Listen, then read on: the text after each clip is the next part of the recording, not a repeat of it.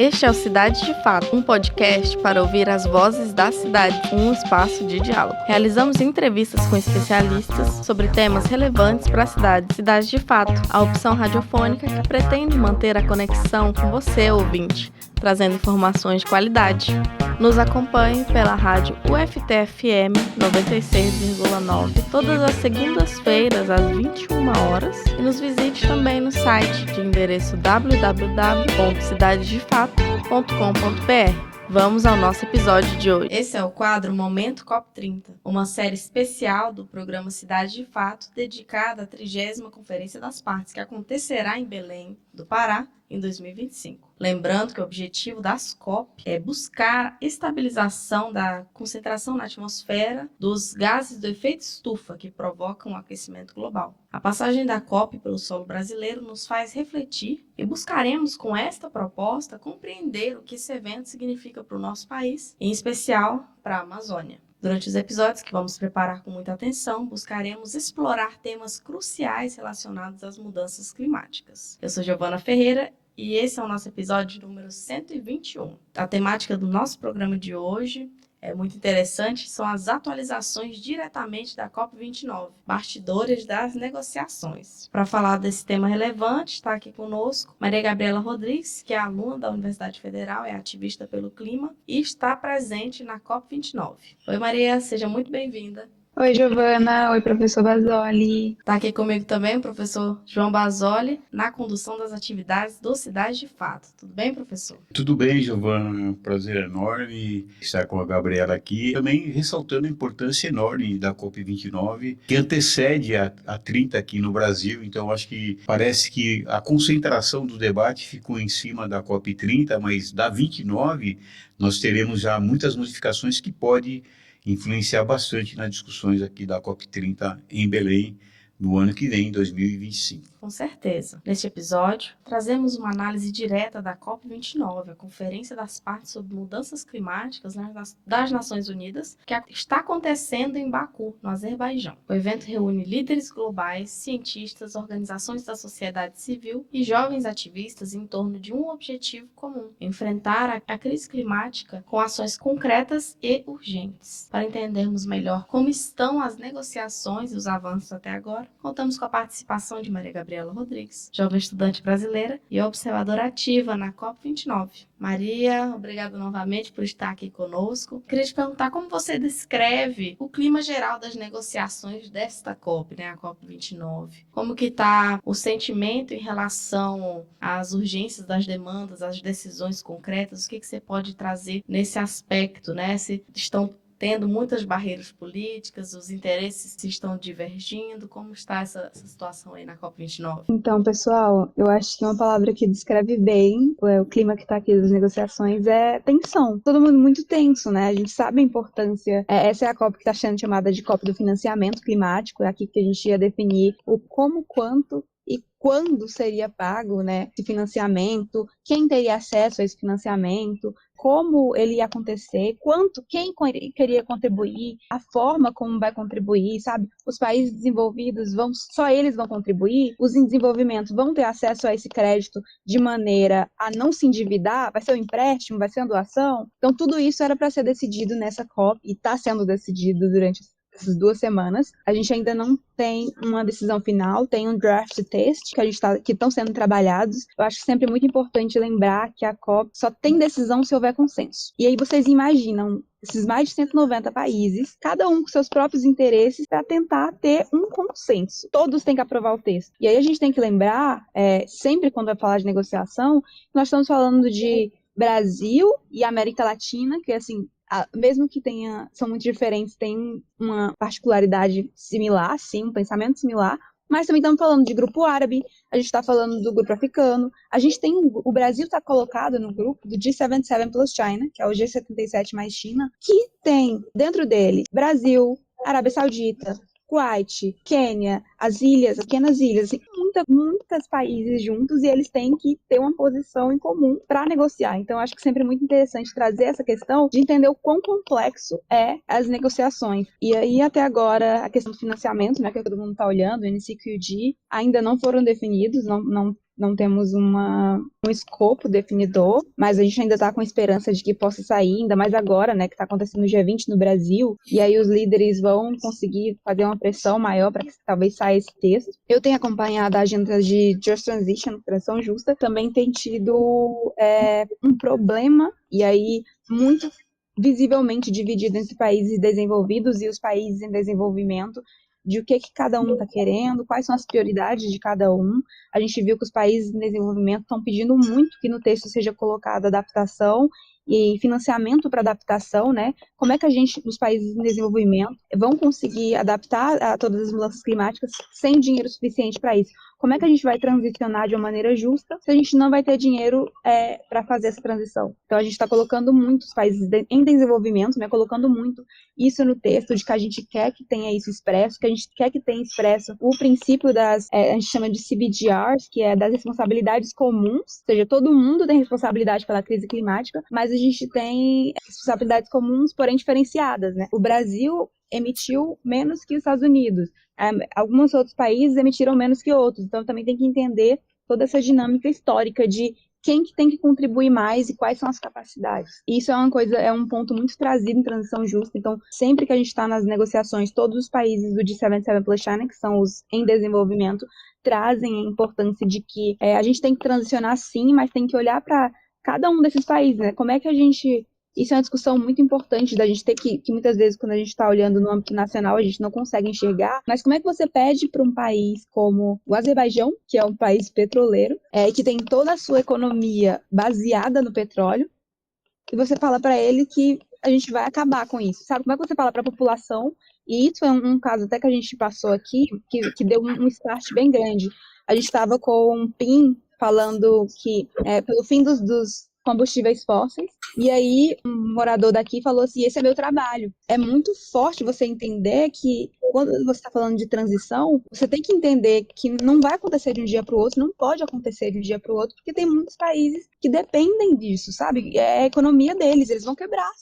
Então, é muito interessante, muito importante a gente olhar todas essas dinâmicas, assim, como é que a gente faz essa transição, porque a gente necessita fazer ela, como é que a gente faz de uma maneira mais justa. E aí, gente, tem seguido toda essa tensão por várias outras trilhas de negociação. Adaptação também está tendo, né? Negociação e também está com a agenda barrada. A gente está tentando avançar o máximo possível. O Brasil está fazendo um esforço muito grande de tentar resolver o máximo possível de questões aqui para não deixar tudo para a COP30, né? Mas, enfim, a palavra que eu acho que vai resumir tudo isso que eu falei é muita tensão. A gente quer que seja resolvida as coisas, a gente quer que tenha consenso, mas não é de qualquer jeito, né? A gente tem que entender também as diferenças e as particularidades de cada país. Gabriela, eu vou pontuar uma questão que foi bastante debatida agora, antecedendo a COP29 e durante a COP também, são as NDCs. As NDCs é o documento onde o Brasil se compromete a reduzir as suas emissões para que mantenha 1,5 graus Celsius, né, enfim, mas obviamente, né, todo mundo já tem a consciência de que, primeiro, vai superar, já se fala em 2 ou mais, inclusive, as NDCs apresentadas pelo Brasil, que praticamente, né, não haverá contribuição, ou a contribuição mínima, né, em relação a esse processo. Como que isso está sendo discutido? Obviamente, vocês fazem recortes de negociação, mas a COP é muito difícil você fugir, né, do debate da NDC, porque, na verdade, é a linha central. Então, nos fale um pouquinho, e se você quiser também explicar um pouquinho da NDC para os ouvintes, fique à vontade. Então, professor, essa tem sido uma discussão constante aqui na COP, a NDC brasileira para cá, a NDC brasileira para lá. E são divergentes, assim, as opiniões. A que eu tenho visto e que eu venho seguido também é que não é a NDC ideal, mas também não é esse horror que as pessoas estão falando que é. O Brasil fez muitos compromissos dentro da nossa NDC. Falta muita coisa, obviamente falta muita coisa. Eu acho que as pessoas tinham uma expectativa muito grande do Brasil contribuir mais, né, entender, ser um país que liderasse essa grande virada de chave, mas é importante a gente entender também que isso é um compromisso internacional. O que a gente coloca, que vai fazer na NDC, a gente tem obrigação de cumprir. O Brasil tem obrigação de cumprir tudo que foi colocado ali. Então, pensando nisso e pensando no contexto político que a gente está, não é um desastre. Assim. Eu não diria que a NDC brasileira é um desastre. A gente poderia ter sido um pouco mais ambicioso, com certeza, sempre é isso que a gente quer. Mas olhando estrategicamente, foi a NDC possível. Assim. Conversando agora um pouco sobre o mercado de carbono, né, que é um tema bem complexo e controverso. Nessa edição, você percebeu algum avanço significativo nessa questão relacionada à regulamentação e implementação desse mecanismo? O que é que você pode trazer relacionado a isso para a gente? Então, eu tenho acompanhado as negociações de mercado de carbono pela negociadora da La Clima, a Juliana Marcus, que é incrível e que tem um trabalho gigantesco no artigo 6, que é o artigo do mercado de carbono, há muito tempo. E muitas das negociações, a trilha de mercado de carbono aqui na COP se divide em três, né? Que é 6.2, 6.4 e 6.8. Vão falar de soluções não mercadológicas, que é o 6.8, se não me engano. Soluções não mercadológicas para regulamentação do mercado, né, em geral, que é o 6.4, procedimentos, no caso, e também o 6.2. E aí a gente tem visto que a agenda ainda não tem uma decisão total. Isso a gente vai ter no final da COP, assim, certeza e decisão do que vai sair. Mas eu vi avanços no sentido de, como eu tinha dito eu tinha falado com vocês, né, antes da gente começar aqui a entrevista, mas o 6.8 teve dessa vez menção expressa, tipo, a proteção de biodiversidade e menção à mãe natureza, né, olhando essa visão mais holística de entender que a gente está falando do bio, né, da vida e da preservação dessa biodiversidade. Então, isso está sendo muito comemorado, a gente não sabe se vai ficar no texto final, isso é muito importante, né? Então, draft é um resumo, eles estão fazendo um resumo e aí vão negociando cada parte, vendo se todo mundo concorda com o que está no texto, a gente vai ter certeza disso no final, mas só de já ter entrado já é um grande avanço, assim, para dentro do mercado. E é importante também entender que se as normas estiverem bem estabelecidas aqui no âmbito internacional, quando a gente for olhar para essas certificadoras que já atuam no Brasil, sem que isso esteja bem regulado, é até bom, porque vai impactar essas empresas que já estão aí fazendo esse trabalho e elas vão ter que se alinhar ao que foi decidido, né? Então, é muito importante a gente ficar de olho no que vai sair dessa COP, porque, né, a gente também está tendo um PL aí a todo vapor, que vai sair de regulamentação de mercado de carbono no Brasil. E isso vai impactar muito a forma como o mercado está hoje disposto. E a gente sabe que tem muitos interesses por trás de tudo isso. Então é muito importante a gente entender e ficar atento para combater quando for necessário. Eu acho que você colocou um aspecto aí bem importante, né? No sentido de que o Brasil ele tem que avançar o máximo possível nas negociações para que nós tenhamos uma COP30 com menor tensão do que a 29, como você está colocando. Qual é a sua percepção em relação a esses aspectos? Como que está sendo tratado? Qual é o olhar, né, do Brasil aí, na tentativa, né, de avançar nas negociações? Em relação à COP30, Veja bem, é o que eu estou dizendo. Quanto mais o Brasil avançar nas negociações, ele terá uma tranquilidade maior aqui na COP30, né? Se nós tivermos uma COP29 sem resoluções, sobrará tudo aqui para a COP30 o ano que vem. Então, como é que o Brasil está desenvolvendo aí o seu trabalho para que avance significativamente as negociações, para que, obviamente, diminua as tensões aqui no nosso território? então, eu não estou em todas as salas de negociação, mas as salas de negociação que eu entrei, eu tenho visto diplomacia brasileira, que é quem está dentro de lá negociando, muito, muito ativa, sim. Muito tomando a liderança dos grupos e trazendo soluções e falando, gente, a gente tem que resolver, tem que resolver, tem que resolver, chamando mesmo a galera para conseguir chegar a um ponto, chegar a uma decisão, chegar a um consenso. Tenho visto também muito a questão a própria Marina, né, que passou por aqui, a secretária Ana Antônia, a secretária de Mudanças Climáticas, também o próprio Itamaraty como um todo, a ministra, a embaixadora Lilian, em um trabalho assim incansável de tentar fazer avançar isso, tentar fazer avançar todas essas frentes. Mas assim, novamente, eu vou ter que trazer para vocês que a gente só vai ter certeza se todos esses avanços vão dar certo, se vai dar tudo certo no final, assim, da COP. Quando a gente chegar ali no dia é até o dia 22, mas normalmente demora um pouquinho para sair, mas vou colocar dia 24 e a gente olhar no site do UNFCCC e ter as decisões lá e a gente poder analisar com calma e ver o que ficou no texto, o que a gente avançou, se houve decisão ou não, né? Porque muitas agendas não vão ter decisão e acontece. Entender como é que vai ser a estratégia para a COP30. Gabriela, é o seguinte, né? Na 29 é a sala da 30, né? Então, obviamente que você deve estar acompanhando aí as discussões já para a COP30 aqui no Brasil, em Belém, em 2025. Então, nos fale um pouquinho de como está sendo tratado isso dentro, né, da COP29, qual é o olhar que se tem em relação a discussão do avanço que pode efetivamente ocorrer na COP30 no Brasil, enfim, o que está acontecendo aí que a gente, distante aqui, não está acompanhando. Obviamente você está no centro aí do furacão, então, obviamente, você tem essas informações aí para nos passar. O que eu tenho sempre sido perguntada é como é que está a questão de infraestrutura? Vai conseguir? Belém vai conseguir? Eu acho que não é justo, assim, com Belém tá fazendo esse tipo de pergunta. Gente, a COP já foi em vários lugares bem difíceis. Não vai ser a primeira COP. Glasgow que foi Glasgow ali na Suécia, né? Que o pessoal acha que lá é o paraíso. Lá tudo deu certo. O pessoal tinha que se hospedar em cidade vizinha para conseguir ir à COP. Então, assim, sempre que alguém vem me perguntar de questão de infraestrutura, eu já falo logo, não, a gente vai estar preparado, vai dar certo, vai acontecer.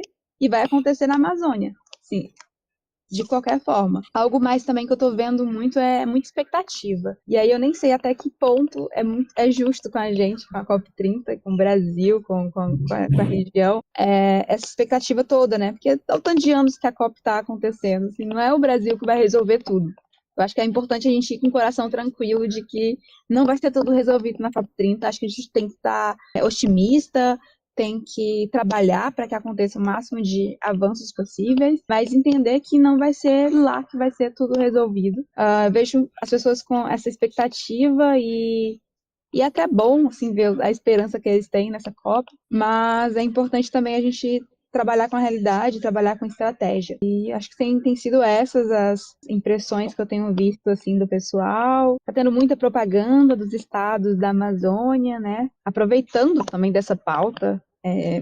Muita gente que por muito tempo não, muito pelo contrário, né, ao invés de ajudar a questão ambiental, fez o contrário na nossa região, e aí apontando para todos os estados da Amazônia, mas estão aqui com um discurso bem bonito de que a Amazônia é verde, de que o norte vai estar aí em peso e contribuindo com as discussões, né? A gente sabe como é que é a realidade, mas vamos ver. Do ponto de vista oficial, né? Porque, veja bem, o governador do Pará está participando, enfim, várias representações, né, do governo federal. Tá? Do ponto de vista oficial, já foi possível ter alguma percepção da COP? Por exemplo, o governador tem vendido a COP, você falou do problema da infraestrutura, essas coisas assim. Como é que está acontecendo do ponto de vista oficial? Você tem possibilidade de nos passar alguma informação em relação a isso? Tem sido passado que a COP será na Amazônia, que a gente vai estar preparado.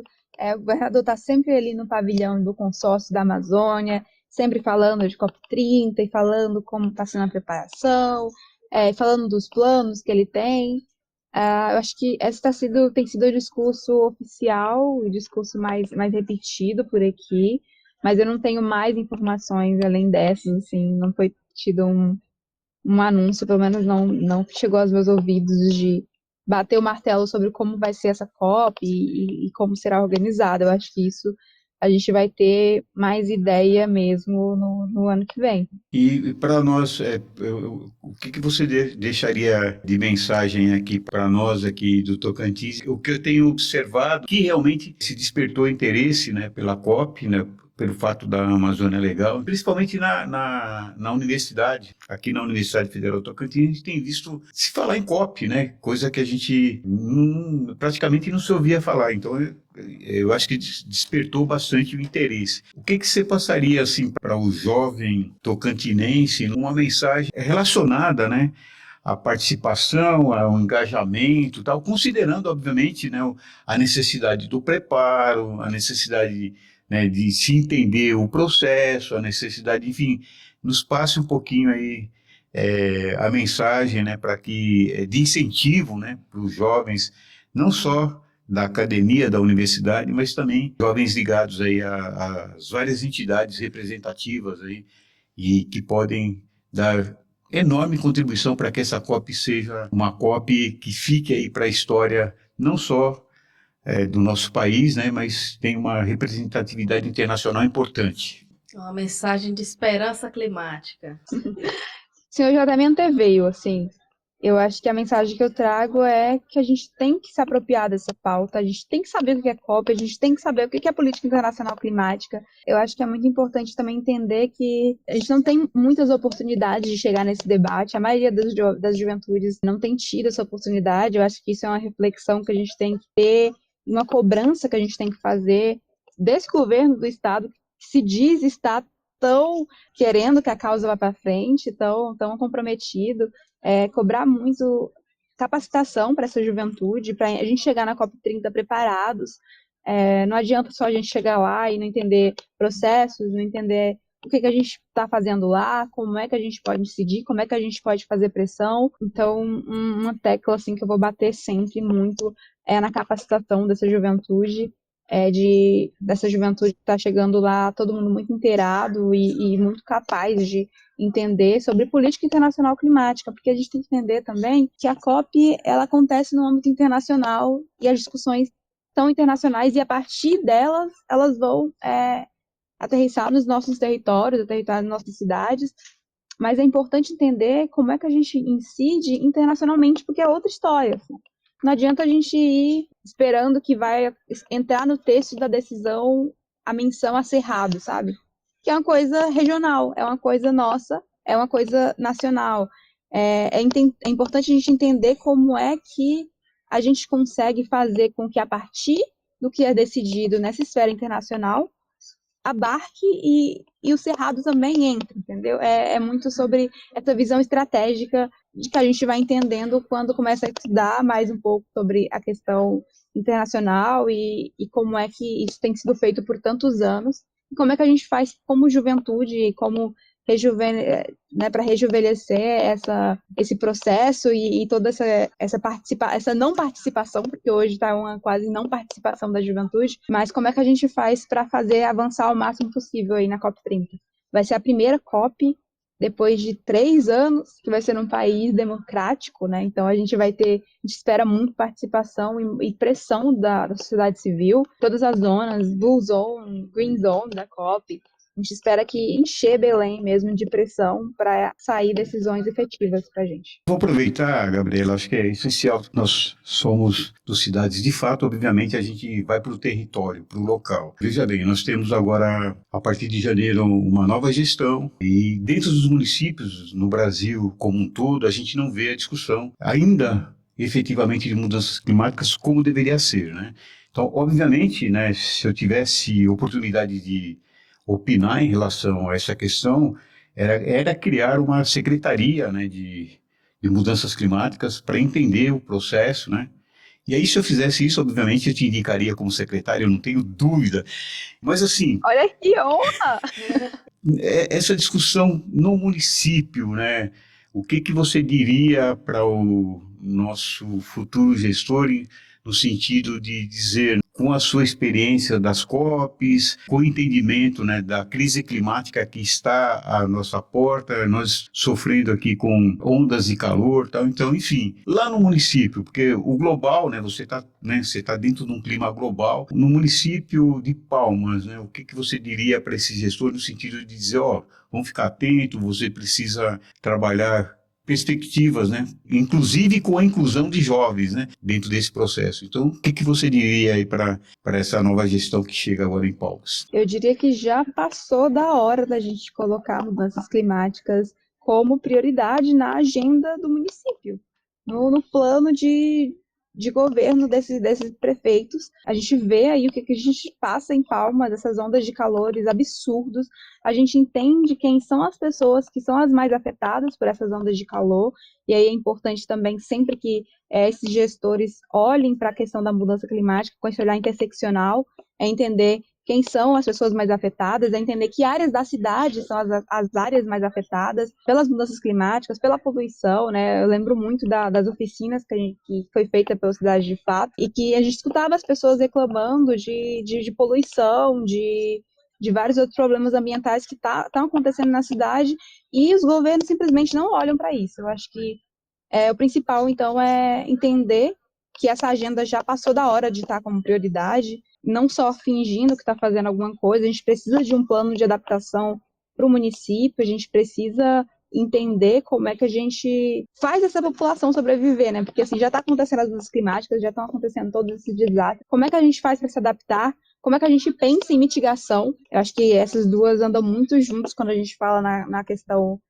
do município, que é uma questão mais local, é a mitigação e adaptação. Entender como é que a gente pode incidir nisso e trazer todo mundo para discutir, trazer essa juventude.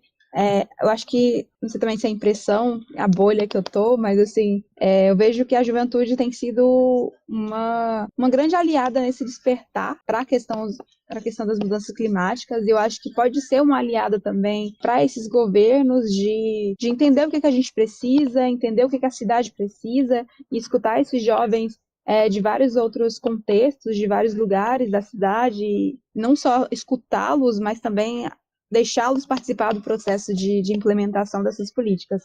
Então, professor, eu espero muito que o nosso próximo prefeito olhe para essas políticas políticas públicas para a mudança climática com a seriedade que ela precisa. Então, Gabriela, para você, na perspectiva das mudanças climáticas, o que são cidades de fato? Olha só, eu adoro essa pergunta, toda vez que eu escuto. As cidades de fato, pensando na perspectiva de mudanças climáticas, professor, é uma cidade, eu acho que não foge muito de todas as outras respostas que eu já ouvi em todos os outros episódios desse programa. É muito pensar em justiça, é pensar nessas pessoas, né? Ontem eu dei uma palestra aqui no pavilhão de Singapura, e uma coisa que me destacou muito é que a gente pensa em mudanças climáticas e muita gente pensa no meio ambiente apenas. E não, a gente está falando de direitos humanos, a gente está falando dessas pessoas também que estão sendo mais impactadas. Então, eu acho que a cidade, de fato, é uma cidade que a gente possa viver em harmonia, tanto com a natureza, quanto com todos os nossos direitos humanos garantidos. Eu vou pedir uma indicação. Dentro da discussão da COP, você tem alguma indicação cultural para a gente, para os nossos ouvintes? Quiçá pode ser uma indicação da cidade de Baku. Algum lugar que você gostou de Baku, que achou legal, quer compartilhar com os nossos ouvintes. Aí que a gente ou os ouvintes vão para Baku um dia. Não é? Eu adorei a Old City de Baku, já vou deixar de indicação. É muito bonito a forma como a cidade conecta o passado com o futuro, eles estão nessa questão, assim, mais de desenvolvimento. Mas, assim, não, eu quero deixar de indicação cultural, e aí nem é nem indicação cultural, mas indicação para quem quiser se aprofundar mais na questão climática, que é seguir os Instagrams dos meus trabalhos, que é onde a gente está postando um pouco mais sobre COP, e também trazendo um pouco mais sobre o que é todo esse processo, tentando levar conhecimento. A gente está com uma delegação aqui do Instagram, vou falar no Instagram, que é o The Climate Reality Project Brasil. A gente está com a delegação de 6 jovens incríveis que estão tentando falar de jovem para jovem sobre como é que é as negociações e como é que a gente pode se inteirar. Eu acho que isso é muito bom. Eles estão fazendo relatórios, reels, posts no Instagram. Então, quem quiser acompanhar, inclusive turismo em Baku, eles estão sabendo muito mais que eu estou presa aqui na conferência. Se vocês quiserem acompanhar no The Climate Reality e na La Clima, que é outra organização com profissionais muito capacitados, que estão também fazendo acompanhamento das negociações. Com certeza vocês vão estar muito mais inteirados assim, sobre o assunto. Muito bom, esse foi o nosso episódio número 121 com Maria Gabriela Rodrigues, conversando um pouco sobre os bastidores da COP29. Maria Gabriela, muito obrigada pela sua participação. Obrigada pelo convite, pessoal. Tchau, agradecemos a convidada e aos ouvintes. Até o próximo episódio. Cidade de Fato de hoje contou com Giovana Ferreira na locução, Júlia Conca, Érica Nascimento, Giovana Ferreira, Aline Silva e Karine Corrêa no desenvolvimento de conteúdo, Rodrigo Basoli no design gráfico, apoio técnico e edição, professor João Basoli na produção e coordenação geral. Agradecemos imensamente aos nossos convidados e à equipe do Cidade de Fato, mas especialmente a você, nosso ouvinte. Semana que vem voltaremos com novos temas e novas entrevistas. Até lá!